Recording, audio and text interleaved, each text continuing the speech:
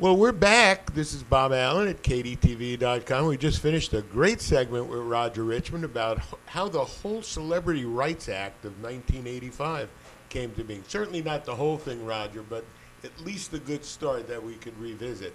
In this segment, I'd like to talk about one of the more famous figures that you've represented, and it's how you and I got to meet, and that's Marilyn Monroe. How did the Marilyn family enter into the Roger Richman agency? Well, as we were talking about, there's the California celebrity rights law. No one had introduced a law similar to that before, and the New York Times covered it. And they covered the story and the law and the opposition and the abuse of dead celebrities.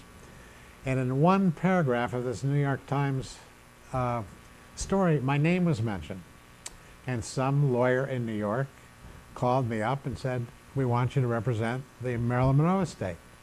Well, that was a great straw in my hat, that they had recognized me and that they invited me to come to New York, and we negotiated a contract that began in May of 1982 and went until 1996. So we had quite a long run with Marilyn Monroe.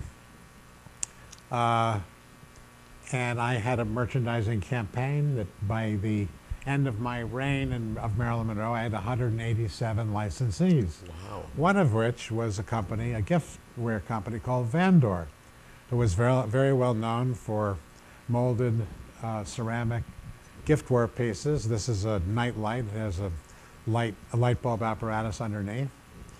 And Vandor produced these to great success. They're, I think, cost about $300 retail because of the detail and the beauty of the piece. And we're here today with one that... Well, there's a story, though, that, in other words, they started making them, but did they ever get into production on them? Yes, they produced them and sold them. I don't know to what extent, but I think the company had financial problems and went under, and that was that. And you now have a little bit of inventory remaining of about 50 or 60 of these pieces? I do.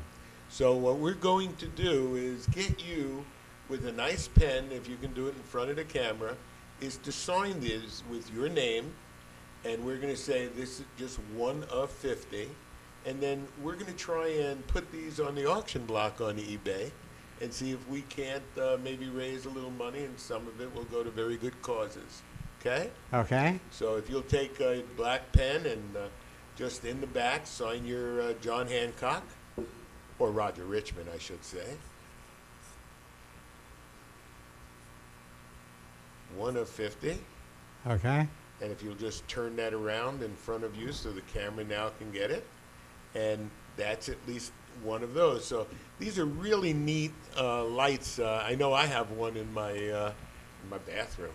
Really is nice when you leave it on at night and you're coming. And I just love that. And that's the simulation of the famous Sam Shaw picture, the flying skirt from the 7-Year Itch, right, if I believe.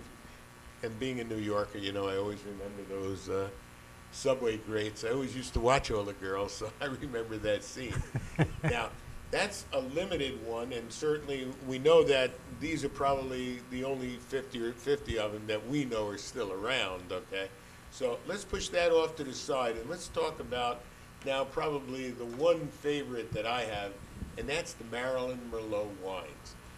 We have the 1993 version in front of us, but tell me a little bit about your, when you first got started talking to the holders or, you know, whoever was bottling the wine.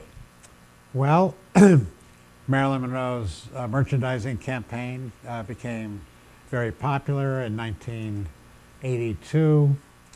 Was an anniversary of her death, and I never want to celebrate the death of a celebrity. And when I was appointed the agent, I think it was in May of '82, my contract was signed. I knew the death anniversary was coming up, but that's okay. This is internet television, so. I am in the middle of an interview. This is internet television at its best.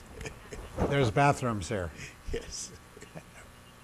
Okay, we're in suite 15, Yes. 15, right on the ground floor where I came in, and you turn to the right. It's a good point. Okay. What we're going to do